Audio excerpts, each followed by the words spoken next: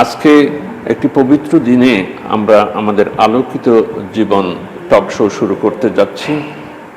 আজকে হলো শবে বরাত, পবিত্র শবে বরাত, হাদিস শরীফের ভাষায় লাইলাতুন নিসফি মিন শাবান। এ উপলক্ষে আমাদের স্টুডিওতে আজকে দাওয়াত করেছি ঢাকা বাইতুল শরফের দীর্ঘদিনের খতিব এবং ইমাম হযরত মাওলানা জাফর আহমদ সাহেবকে। তিনি আজকের এই দিনের গুরুত্ব সম্পর্কে এবং বাইতুল শরফে কীভাবে সেটা পালন করে এবং আমরাও কিভাবে সেটা পালন করতে পারি সে সম্পর্কে একটু মূল্যবান কিছু কথা, গুরুত্বপূর্ণ কথা তার কাছ থেকে পাব। আমি তাকে স্বাগত জানাচ্ছি। আলহামদুলিল্লাহ, আমি অত্যন্ত আনন্দিত হয়েছি আমাকে দাওয়াত দেওয়ার জন্যে। আমরা শবে বরাত উদযাপন করে থাকি, কিন্তু কিছু কিছু লোক এর বিরোধিতাও করে যে শবে বরাত বলতে কিছু নেই। বিষয়টা আসলে সঠিক না। দিন হলো আনুগত্য, দিন অনুসরণের নাম। কার অনুসরণ? মুহাম্মদুর রাসূলুল্লাহ সাল্লাল্লাহু আলাইহি ওয়াসাল্লামের অনুসরণ। সুতরাং লাইলাতুল বরাতের সপক্ষে অনেক বুজুর্গ সাহাবায়ে কেরামদের রিওয়ায়াত আছে, বর্ণনা আছে, যেটা নির্ভরযোগ্য, এবং সেই নির্ভরযোগ্য বর্ণনার কারণেই চারটি যে বিশিষ্ট মাযহাব, এই চারও মাযহাবের ইমামগণ এই লাইলাতুল বরাতকে মেনে নিয়েছেন আনুগত্য করা, এবং এখানে যে বরকতসমূহ রয়েছে সেই বরকত হাসিল করার ব্যাপারে ওনারা ঐক্যমত্য প্রকাশ করেছেন, একমত হয়েছেন।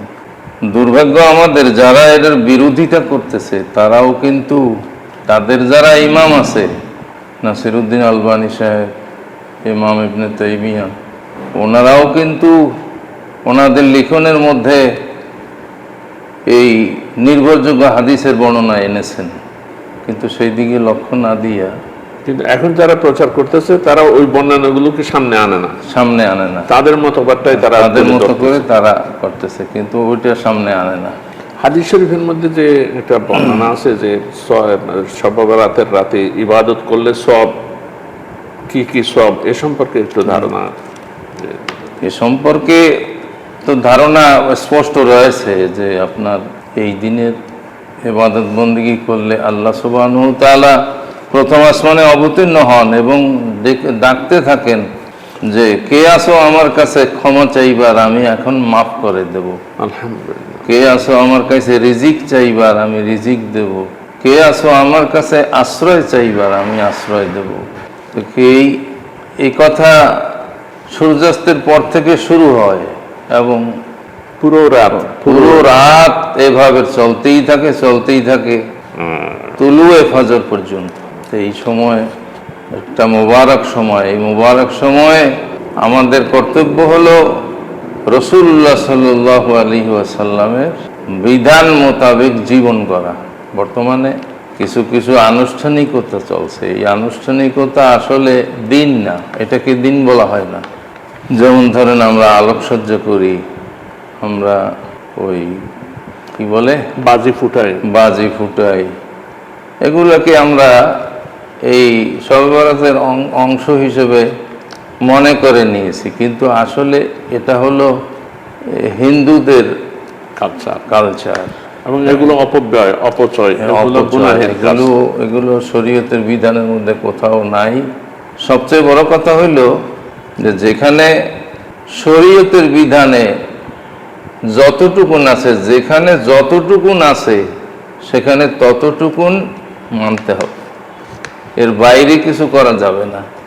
আচ্ছা, আমরা জানি বাইতুল শরফে, চট্টগ্রাম বাইতুল শরফ তো বাইতুল শরফের কেন্দ্র, সেখানে এবং তার অনুকরণে ঢাকায়ও পুরো শবে বরাতের রাতে ইবাদত বন্দেগী মানুষ যাতে কিয়ামুল লাইল করতে পারে। হাদিস শরীফে বলছে যে কুমু লাইলাহা সুমু নাহারাহা, সেই হিসাবে এই কিয়ামুল লাইলের জন্য সারা রাত জেগে ইবাদত করার জন্য ঢাকা বাইতুল শরফে কি কর্মসূচি বা কখন থেকে?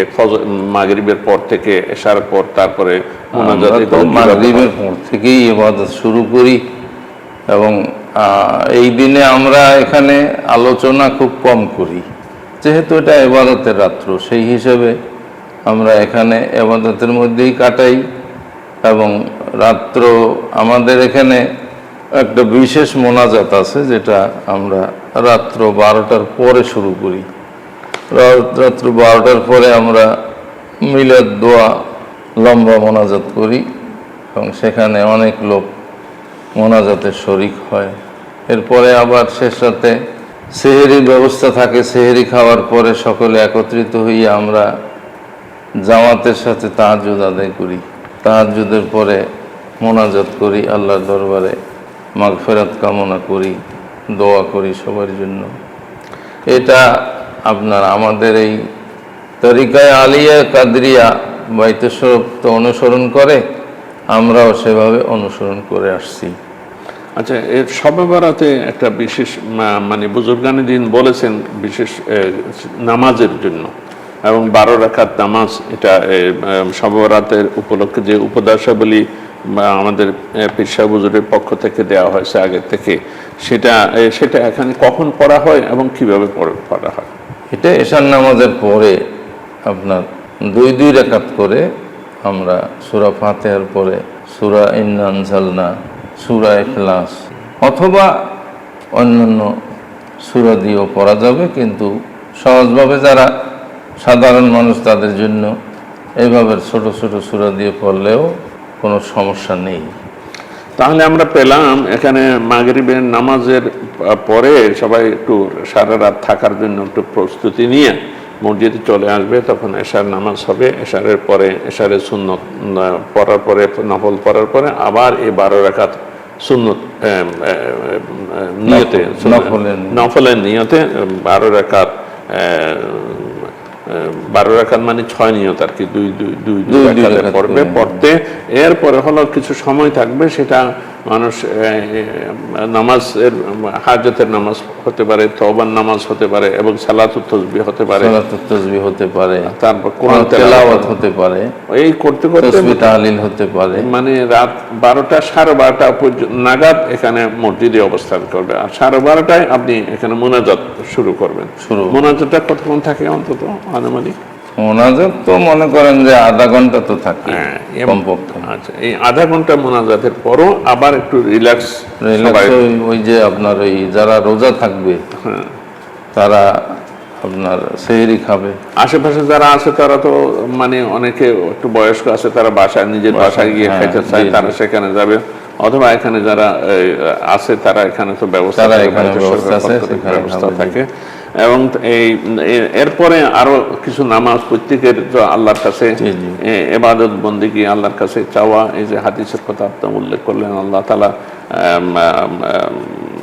লাইলাতুন নিসফে শাবানে প্রথম আসমানে এসে বান্দাদেরকে ডেকে বলেন যে কে আমার কাছ থেকে চাওয়ার, গুনাহ মাপ চাওয়ার কে আসো, রিজিক চাওয়ার কে আসো, সমস্যা সমাধানের জন্য কি আছে। এভাবে যে আল্লাহ তাআলা ডাকে, সেই সময় এখানে আপনি তাহাজ্জুদের কথা বলছেন, একটা কথা জানতে চাই, এখানে তাহাজ্জুদের নামাজ কি যে জামাতের সাথে বলছেন, সেটা কি শুধু এই শবে বরাতে হয় না?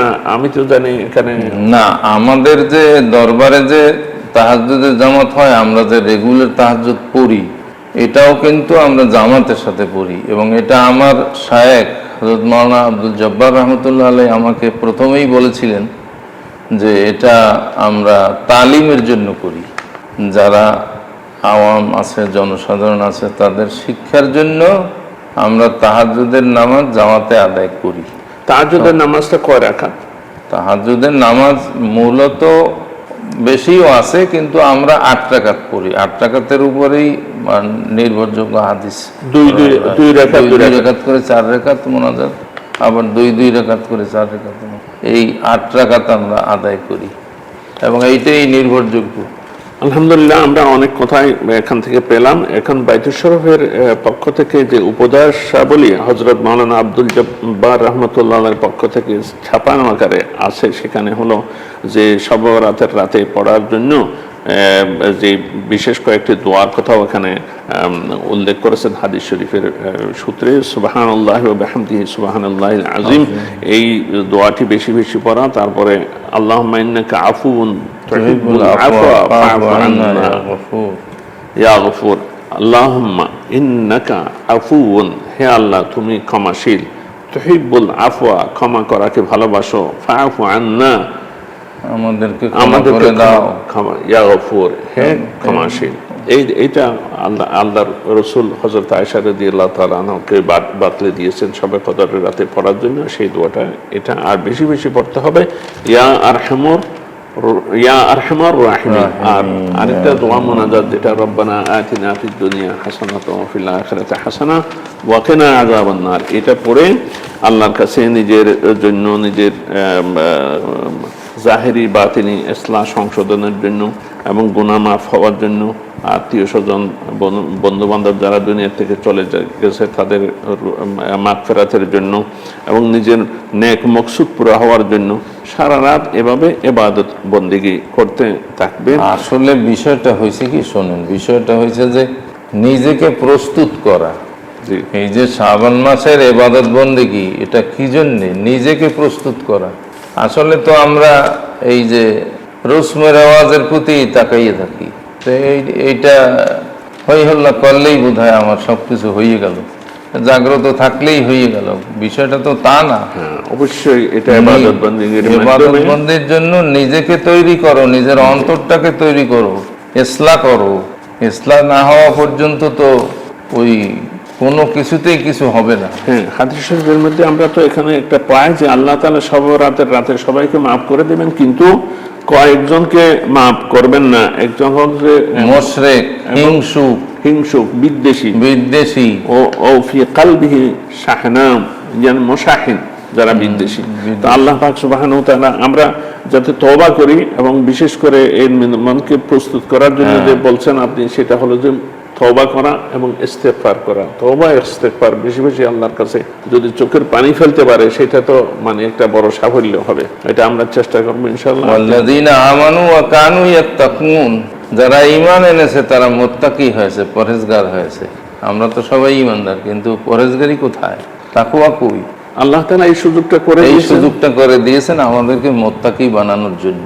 আলহামদুলিল্লাহ। তো আমরা শবে বরাত সামনে রেখে, লাইলাতুন নিসফে শাবান সামনে রেখে আমরা এই টক শো এখানে শুরু করলাম, উদ্বোধন হলো, এবং ইনশাআল্লাহ এটা আমরা সময়ে সময়ে আরো চলতে থাকবে।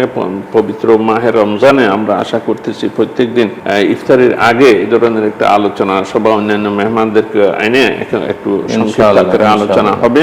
এবং আমরা আশা করি আপনারা যারা শুনছেন আমাদের কথাবার্তা, বাইতুল শরফের বিশেষ করে বাইতুল শরফের ভক্ত অনুরক্ত যারা আছেন, আমরা শবে বরাত পালন করি, ভক্তি মহব্বত নিয়ে পালন করি, এবং এটার উপরে আমাদের পূর্ণ বিশ্বাস। এবং কেউ যদি এটা অপপ্রচার করে, এগুলোতে আমরা কান দেই না, বরং এটা দোয়া মুনাজাতের মাধ্যমে, তওবা ইস্তেগফারের মাধ্যমে আল্লাহর কাছে যাওয়া, আল্লাহ নিজেকে সংশোধন করা, নিজেকে আল্লাহর রহমত পাওয়ার জন্য যোগ্য প্রস্তুত হিসাবে গঠন করা, এবং রমজান মোবারককে স্বাগত জানানোর জন্য এই শবে বরাতটা সেভাবে পালন করা হয়, বাইতুল শরীফে পালন করা হয়। বিশেষ করে চট্টগ্রাম বাইতুল শরীফে, তার অনুকরণে ঢাকায় পালন করা হয়। আমাদের খতিব সাহেব দীর্ঘ 2 যুগ ধরে, 2 যুগের বেশি হবে এখানে তিনি খেদমত করতেছেন, সবাইকে নিয়ে মোনাজাত করেন, নামাজের ইমামতি করেন। ওনার কাছে আমরা দোয়া চাইব, আল্লাহ তাআলা আমাদের জন্য দোয়া করবেন। আর আপনারা যারা শুনতেছেন, আপনারাও পূর্ণ ভক্তি মহব্বত নিয়ে, মনোযোগ দিয়ে এই আনুষ্ঠানিকতা, বাড়াগাড়ম্বরতা এগুলো বাদ দিয়ে বরং কিভাবে আল্লাহর কাছে নিজেকে প্রস্তুত করব, ইবাদত বন্দেগী, জিকির, আসনা, তওবা, ইস্তেগফার, তেলাওয়াতের মাধ্যমে আল্লাহ তৌফিক কামনা করবেন। বিশেষ করে রমজান শরীফ যাতে আল্লাহ তাআলা আমাদের নসিব করেন এবং দেশে শান্তি শৃঙ্খলা বহাল থাকে, এই কথা বলে আজকে আমরা শেষ করতে যাচ্ছি। ইমাম সাহেব, খতিব সাহেবের প্রতি আবার কৃতজ্ঞতা জানাচ্ছি, তিনি যে তার মূল্যবান সময় দিয়েছেন এই জন্য।